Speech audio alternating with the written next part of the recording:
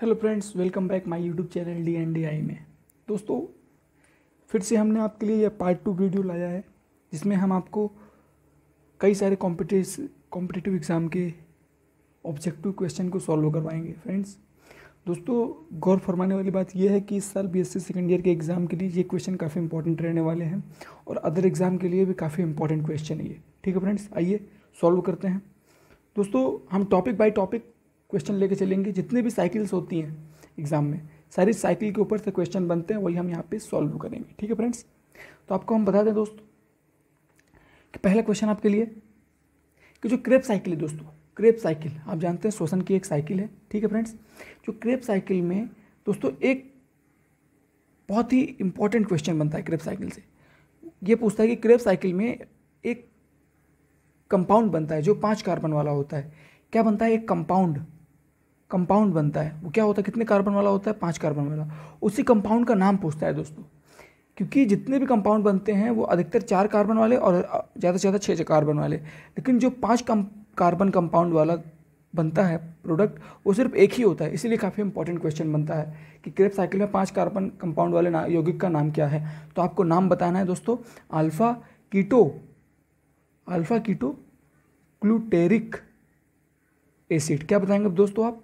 Alpha keto glutaric acid, ये 5 carbon वाले compound का नाम है फ्रेंड्स। ठीक है, क्रेब साइकिल में सिर्फ यही एक ऐसा कंपाउंड है जो 5 कार्बन वाला है, बाकी सब 4 कार्बन वाले हैं और 6 कार्बन वाले हैं। ठीक है फ्रेंड्स, आइए अगला दोस्तों एक क्वेश्चन और बनता है कि क्रेब साइकिल की प्रक्रिया कहाँ शुरू होती है, कहाँ पे होती है? तो माइटोकॉन्ड्रिया के मैट्रिक्स के अंदर। ये मैंने आपको प्रीवियस वीडियो में बताया था। लेकिन फ्रेंड्स, ये पूछता है कि जितने भी NADP बन रहे हैं, ये तो हमारे बनते हैं किसमें? माइटोकॉन्ड्रिया के मैट्रिक्स में बनते हैं। कहाँ बनते हैं? मैट्रिक्स में। लेकिन दोस्तों, जो FAD मैंने आपको लिखवाया था कि एक FAD बराबर 2 ATP, ये लिखवाया था मैंने।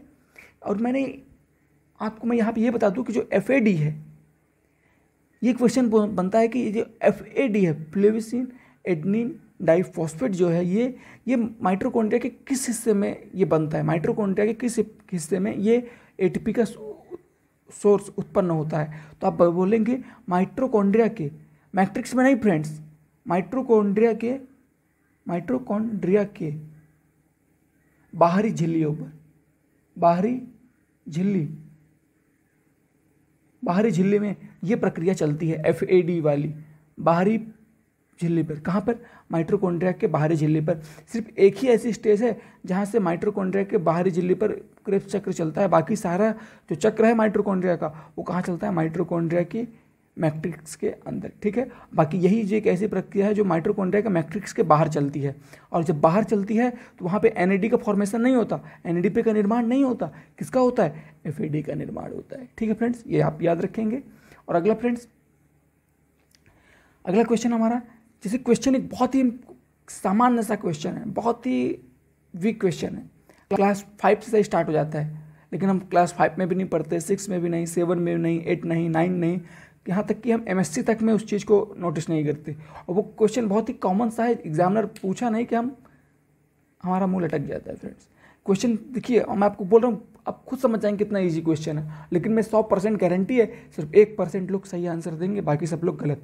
तो क्वेश्चन मेरा क्या है दोस्तों, नोटिस करिए आप कि श्वसन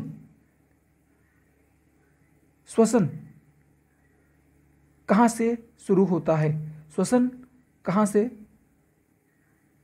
शुरू होता है? बताइए फ्रेंड्स। इसका मैं आपको ऑप्शन भी दे दे रहा हूँ फ्रेंड्स। A ऑप्शन नाक से, B ऑप्शन फेफड़े से, C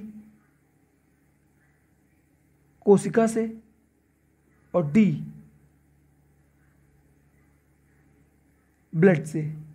बताइए फ्रेंड्स, आपके लिए क्वेश्चन कि श्वसन कहाँ से शुरू होता है। आपके पास 200 से 5 सेकेंड है, इसके अंदर आप बता दिए तो ठीक, नहीं तो कोई बात ही नहीं।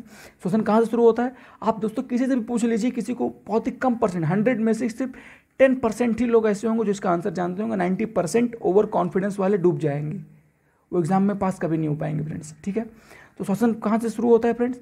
श्वसन शुरू होता है दोस्तों नाक से नहीं शुरू होता, ना फेफड़े से और ना ही ब्लड से, ये कोशिका में शुरू होता है दोस्तों। फ्रेंड, श्वसन कोशिका के अंदर शुरू होता है, क्योंकि जो हमारी क्रेब्स साइकिल है दोस्तों, कौन सी?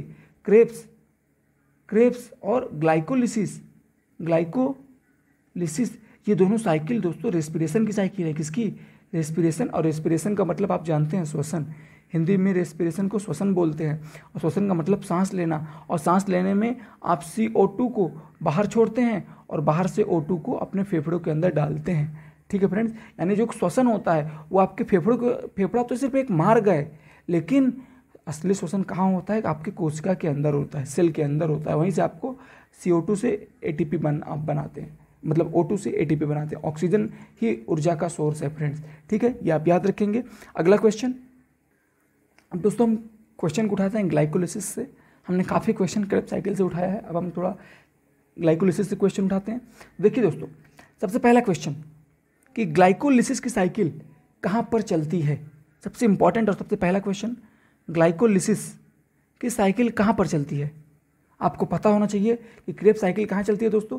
क्रेब्स साइकिल हमारी चलती है माइटोकॉन्ड्रिया के मैट्रिक्स के अंदर, लेकिन क्रेब्स साइकिल की एक ऐसी स्टेज है जो माइटोकॉन्ड्रिया के मैट्रिक्स में ना चलकर माइटोकॉन्ड्रिया की बाहरी झिल्ली पे चलती है। ठीक है फ्रेंड्स, लेकिन अगर ग्लाइकोलिसिस बोले, ग्लाइकोलिसिस भी हमारी श्वसन की साइकिल है, लेकिन ग्लाइकोलिसिस माइटोकॉन्ड्रिया के मैट्रिक्स में नहीं चलती, ये चलती है साइटोप्लाज्म में। कहाँ पर? साइटोप्लाज्म, जिसको आप क्या बोलते हैं? कोशिका द्रव्य। हिंदी में कोशिका द्रव्य के अंदर माइटोकॉन्ड्रिया की साइकिल चलती है फ्रेंड्स।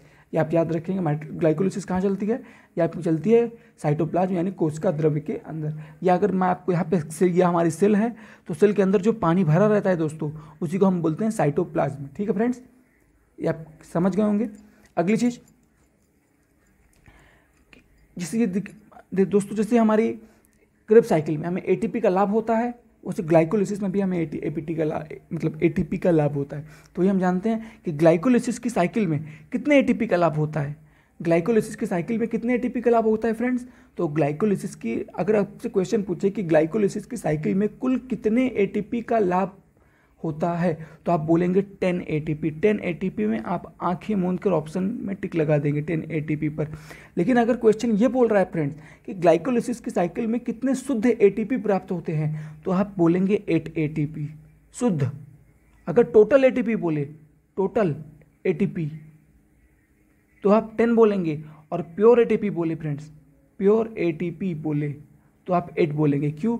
क्योंकि दोस्तों ग्लाइकोलिसिस की साइकिल में 2 ATP खर्च हो जाते हैं। बनते तो हैं, लेकिन 2 ATP क्या होते हैं फ्रेंड्स? 2 ATP खर्च हो जाते हैं। तो 10 में से हमने 2 माइनस कर दिया, तो 8 ATP हमें शुद्ध लाभ होता है फ्रेंड्स। ठीक है, हमें 8 ATP का लाभ होता है। ठीक है फ्रेंड्स, ये आप याद रखेंगे, टोटल हमें 8 ATP का लाभ होता है। ठीक है, ये आप याद रखेंगे। अगला क्वेश्चन हमारा फ्रेंड्स, तो हमारा अगला क्वेश्चन है फ्रेंड्स कि ग्लाइकोलिसिस की साइकिल जो होती है, ग्लाइकोलिसिस की साइकिल होती है, उसमें कितने ATP खर्च होते हैं। ग्लाइकोलिसिस की साइकिल में कितने ATP खर्च होते हैं? मैंने आपको ऊपर ही बताया कि ग्लाइकोलिसिस की साइकिल में 2 ATP खर्च हो जाते हैं हमारे। ठीक है फ्रेंड्स, ग्लाइकोलिसिस की साइकिल में 2 ATP खर्च हो जाते हैं, यानी 10 ATP बनते हैं, 2 ATP खर्च हो जाते हैं, तो 8 ATP हमारे पास बचता है। ठीक है फ्रेंड्स, ये आप याद रखेंगे।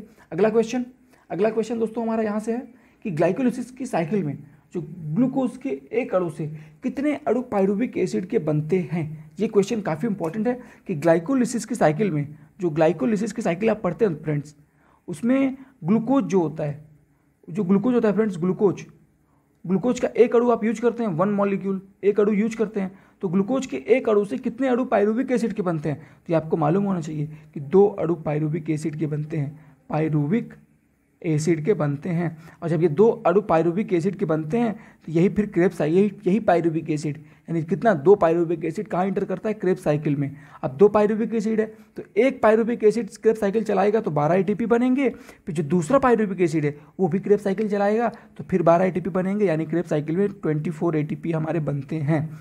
और सबसे लास्ट और सबसे इंपॉर्टेंट क्वेश्चन जो अभी तक किसी ने नहीं बताया होगा आपको, मैं बताता हूँ दोस्तों, काफ़ी पूछने के चांसेस भी हैं। ये फ्रेंड्स सबसे लास्ट क्वेश्चन कि जो ग्लाइकोलिसिस एंड क्रेब्स साइकिल की कनेक्टिंग लिंक किसे कहते हैं। ग्लाइकोलिसिस और क्रेब्स साइकिल के बीच की कनेक्टिंग लिंक से किसे कहते हैं? तो आपको बताना है ग्लाइकोलिसिस और क्रेब्स साइकिल के बीच की कनेक्टिंग लिंक हम बोलते हैं एसिटाइल कोएंजाइम ए को। एसिटाइल को एंजाइम ए को हम ग्लाइकोलिसिस और क्रेब्स साइकिल के बीच की कनेक्टिंग लिंक कहते हैं। जैसे मान लीजिए फ्रेंड्स, ये हमारी ग्लाइकोलिसिस यहाँ शुरू हुई, यानी ग्लाइकोलिसिस कहाँ शुरू होती है, ग्लूकोज से। ग्लूकोज से फिर क्या बनता है दोस्तों, लास्ट वाला जो 10वां नंबर कंपाउंड है वो क्या बनता है दोस्तों, पायरुविक एसिड। और पायरुविक एसिड के बाद क्या बनता है दोस्तों, ये साइकिल हमारी ग्लाइकोलिसिस है, इसी को हम ग्लाइकोलिसिस बोलते हैं। और पायरुविक एसिड के बाद बनता है एसिटाइल कोएंजाइम ए, और एसिटाइल कोएंजाइम ए के बाद आपका क्रेब्स साइकिल शुरू होता है। फ्रेंड्स क्या शुरू होता है, क्रेब्स साइकिल। तो ये हमारी ग्लाइकोलिसिस है और ये हमारी क्रेब्स साइकिल है। तो इन दोनों के बीच की कनेक्टिंग लिंक इसे आप कहते हैं एसिटाइल कोएंजाइम ए को। यही आपकी क्या है दोस्तों, कनेक्टिंग लिंक। यही हमारा लास्ट क्वेश्चन था। और दोस्तों आपको बता दें कि अगर आपसे ये क्वेश्चन पूछे, टॉप मोस्ट इंपॉर्टेंट क्वेश्चन आप इसे ऐड कर लीजिए। अगर आपसे ये क्वेश्चन पूछे कि रेस्पिरेशन में, अगर ग्लाइकोलिसिस में बोले कि ग्लाइकोलिसिस में कितने एटीपी का लाभ होता है, तो आप बोलेंगे 8 एटीपी, क्योंकि 2 एटीपी खर्चे हो जाते हैं, 10 एटीपी बनते हैं, 2 खर्चे हो जाते हैं। और पूछे क्रेब्स साइकिल में कितने एटीपी का लाभ होता है, तो आप बोलेंगे 24 एटीपी। 24 एटीपी, तो टोटल कितने एटीपी हो गए फ्रेंड, ये हो गए हमारे पास 32 एटीपी। कितने, 32 एटीपी। लेकिन दोस्तों श्वसन की साइकिल में, रेस्पिरेशन की साइकिल में कितने एटीपी का लाभ होता है, तो दोस्तों 38 एटीपी का लाभ होता है। कितने, अगर सिर्फ पूछे कि श्वसन की साइकिल में कितने एटीपी का हमको लाभ होता है, कितने एटीपी हमारे बनते हैं श्वसन की साइकिल में, तो आप बोलेंगे 38 एटीपी दोस्तों। लेकिन ग्लाइकोलिसिस में 8 एटीपी हमको मिले और क्रेब्स साइकिल में 24 एटीपी बने, टोटल 32 एटीपी। तो 6 एटीपी और कहाँ से आए फ्रेंड्स, 6 एटीपी और कहाँ से आए दोस्तों, इस कनेक्टिंग लिंक से आए। कहाँ से आए, इस कनेक्टिंग लिंक से। जो हमारे पास कनेक्टिंग लिंक है इससे आए। कनेक्टिंग लिंक मतलब acetyl coenzyme A, acetyl coenzyme A जब पायरुविक एसिड से एसिटाइल कोएंजाइम ए बनता है तो 2 NADP भी भाग लेते हैं। यहाँ पे पायरुविक एसिड से एसिटाइल कोएंजाइम ए बनाने के लिए 2 NADP भी भाग लेते हैं। और दोस्तों आप बहुत अच्छे से जानते हैं कि एक NADP बराबर क्या होता है, 3 ATP। एक NADP बराबर 3 ATP और 2 NADP है, तो यानी 2 NADP मतलब 6 ATP का निर्माण होगा। एक NADP बराबर 3 ATP, तो 2 NADP बराबर 6 ATP। तो 6 ATP यहाँ पर कम पड़ रहे थे, तो 6 ATP हमने और ऐड कर दिया। 6 ATP हमें कहाँ से मिले, इस कनेक्टिंग लिंक से, यानी एसिटाइल कोएंजाइम ए से। तो 38 ATP हमें श्वसन की साइकिल में मिलते हैं। फ्रेंड्स हमने आपको यहाँ पे कई सारे टॉप क्वेश्चंस हैंडल किए हैं और आपको समझाया है। दोस्तों समझ में आया हो, हमारी वीडियो लाइक करिए, सब्सक्राइब करिए। और दोस्तों जितना मैंने बोला है वो सब आप लिखेंगे, वो सारे क्वेश्चंस हैं जो मैं डायरेक्ट आपको समझाने की कोशिश कर रहा था। मैं चाहता तो आपको एक स्लाइड में क्वेश्चन के हिसाब से आपको ऑब्जेक्टिव दे देता, लेकिन दोस्तों मैंने ऐसा नहीं किया। मैंने आपके लिए स्वयं क्वेश्चन बनाए और स्वयं मैंने आपको इस बोर्ड पे लिखा और आपको समझाने की कोशिश किया। अदरवाइज आपको नहीं समझ में आया हो तो आप कमेंट करके बताइए, मैं आपको स्लाइड के हिसाब से क्वेश्चन बना के दूंगा। लेकिन फ्रेंड्स उसमें मैं आपको अच्छे से समझा नहीं पाऊंगा, इस पर मैं 100% कंफर्टेबल हूँ, इसलिए मैं आपको अच्छे से समझाया। ठीक है friends, thank you for watching my video. जितने ज़रूरतमंद लोग हैं उनको हमारे आप वीडियो शेयर करिए, जिससे आपके साथ साथ वो भी पास हो। Thank you for watching my video.